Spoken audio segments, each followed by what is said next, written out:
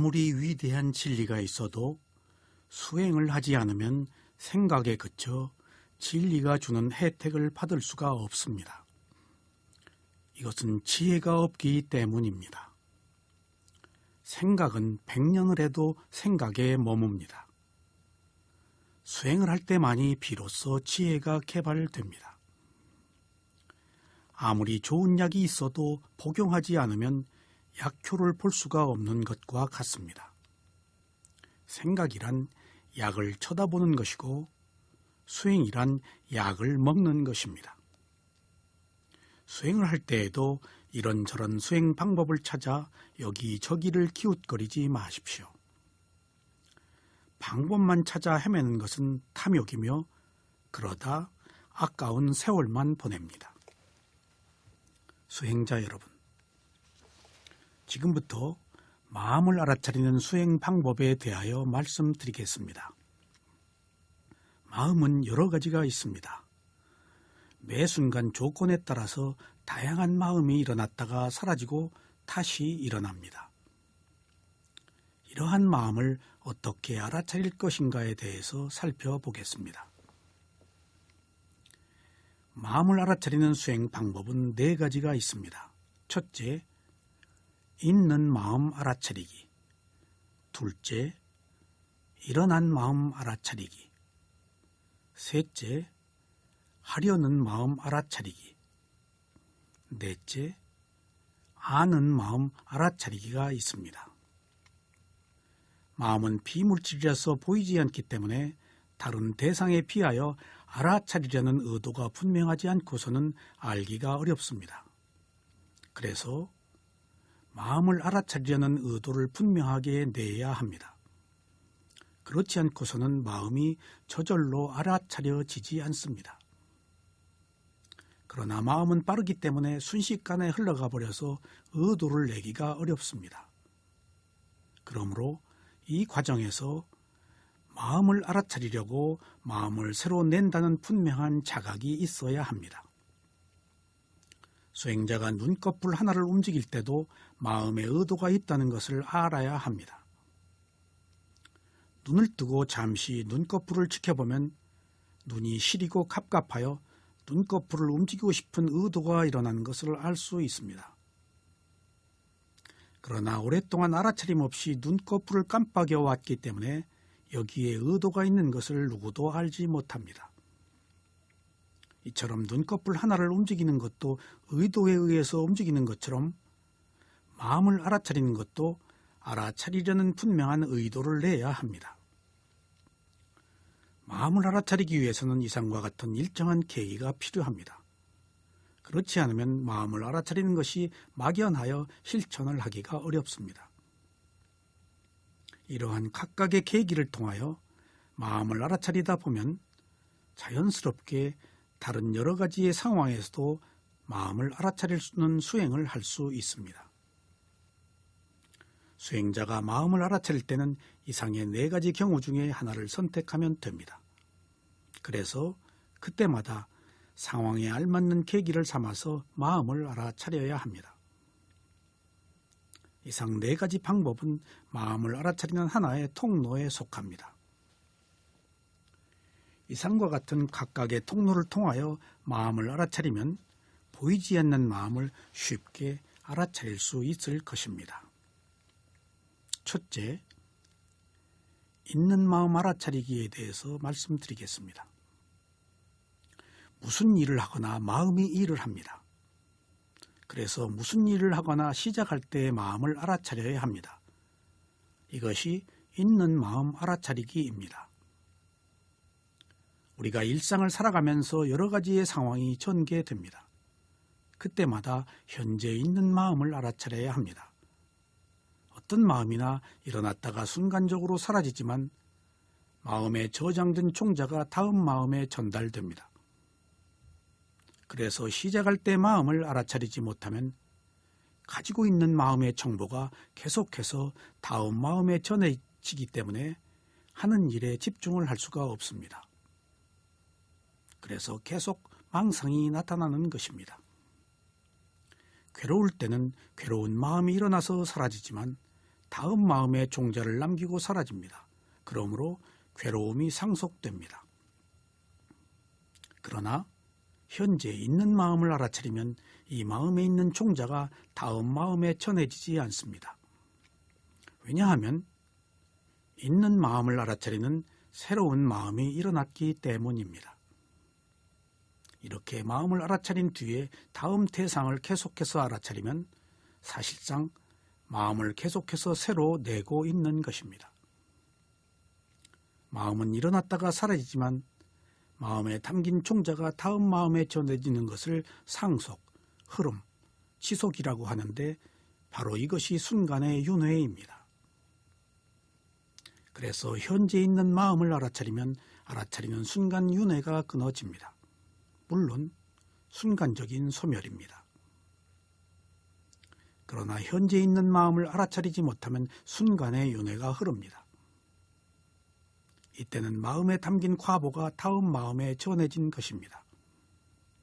이러한 순간의 윤회가 거듭하여 한 일생의 윤회도 똑같은 방식으로 진행됩니다. 한순간 한순간이 모여 많은 세월이 되는 것입니다. 그래서 수행자는 지금 여기 현재 여기에 있는 한순간의 알아차림이 필요합니다. 수행자가 잡담을 하다가 좌선을 했을 경우와 경행을 하다가 좌선을 했을 경우에 수행 중에 나타나는 장애가 다르게 나타납니다. 잡담을 했을 경우에는 잡담에 대한 정보가 입력된 상태에서 좌선을 하기 때문에 계속해서 좌선 중에 망상이 일어나 집중을 할 수가 없습니다. 그러나 좌선을 하기 전에 경행을 하다가 좌선을 하면 망상이 훨씬 적게 일어납니다. 왜냐하면 경행을 할 때 집중력이 좌선을 할 때 그대로 상속되기 때문입니다. 마음은 한순간에 하나밖에 없기 때문에 새로운 마음이 일어나면 있는 마음은 사라집니다. 그러므로 현재 있는 마음을 알아차리면 새로운 마음으로 일을 시작할 수 있습니다.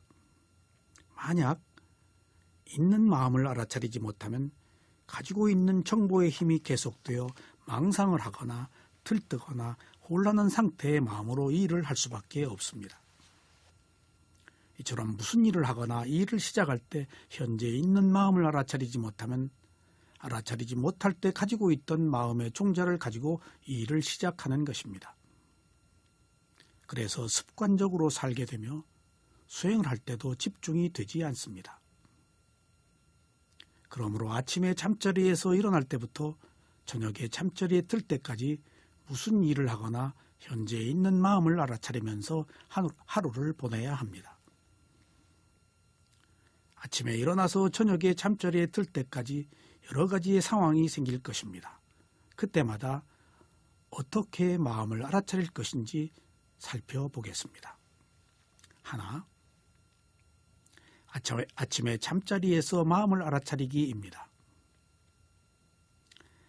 아침에 잠자리에서 깨어나면 먼저 현재 있는 마음부터 알아차립니다. 지금 마음의 상태는 어떤가? 또는 지금 마음가짐은 어떤가? 또는 지금 무슨 마음인가? 또는 지금 무슨 마음으로 일어났는가 하고 알아차립니다. 이 중에 적절한 문장을 하나 선택해서 아침에 일어난 마음을 알아차리려는 의도를 내야 합니다. 처음에는 이러한 문장을 사용하면 마음을 분명하게 알아차릴 수 있어서 좋습니다. 그렇지 않으면 처음에 마음을 알아차리기가 어렵습니다. 이것이 마음을 새로 내는 계기로 삼는 것입니다. 이렇게 수행을 계속하면 나중에는 이런 문장을 사용하지 않아도 자연스럽게 그 순간의 마음을 알아차릴 수 있습니다. 이렇게 마음을 알아차렸을 때 어떤 마음이 있거나 단지 있는 마음을 있는 그대로 알아차려야 합니다. 마음을 알아차렸을 때 어떤 느낌이 있는 것도 마음입니다. 그리고 어떤 생각을 하고 있는 것도 마음입니다. 그리고 어떤 의도를 가지고 있는 것도 마음입니다. 그래서 수상행이 모두 마음인 것입니다. 그러나 마음을 알아차렸을 때마다 반드시 어떤 특별한 마음이 있는 것은 아닙니다. 아무 마음도 알아차리지 못했을 때는 현재 있는 마음을 알아차리는 마음이 있습니다. 그래서 이런 때는 어떤 마음을 찾지 말고 그냥 느껴지는 마음을 알아차립니다. 고요한 마음도 좋습니다. 그리고 잠에서 깨어난 혼미한 마음도 좋습니다. 눈을 뜨자마자 괴로움이 일어났을 때는 그냥 괴로움이 있는 마음을 알아차려야 합니다. 그래서 어떤 마음이 있건 그냥 있는 마음을 알아차립니다. 만약 근심 걱정이 많은 사람은 잠자리가 편치 않았을 것이고, 그래서 아침에 일어난 마음도 편치 않을 것입니다. 이때 현재 있는 마음을 알아차리면 알아차리는 마음이 새로 일어납니다. 그러면 그 순간 알아차리는 새로운 마음가짐으로 하루를 시작합니다.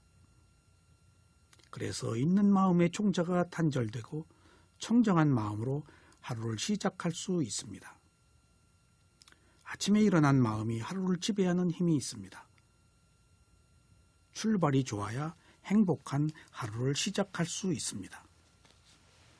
이렇게 잠자리에서 일어난 마음을 알아차린 뒤에 어떤 마음이 있거나 있는 것을 아는 것으로 그쳐야 합니다.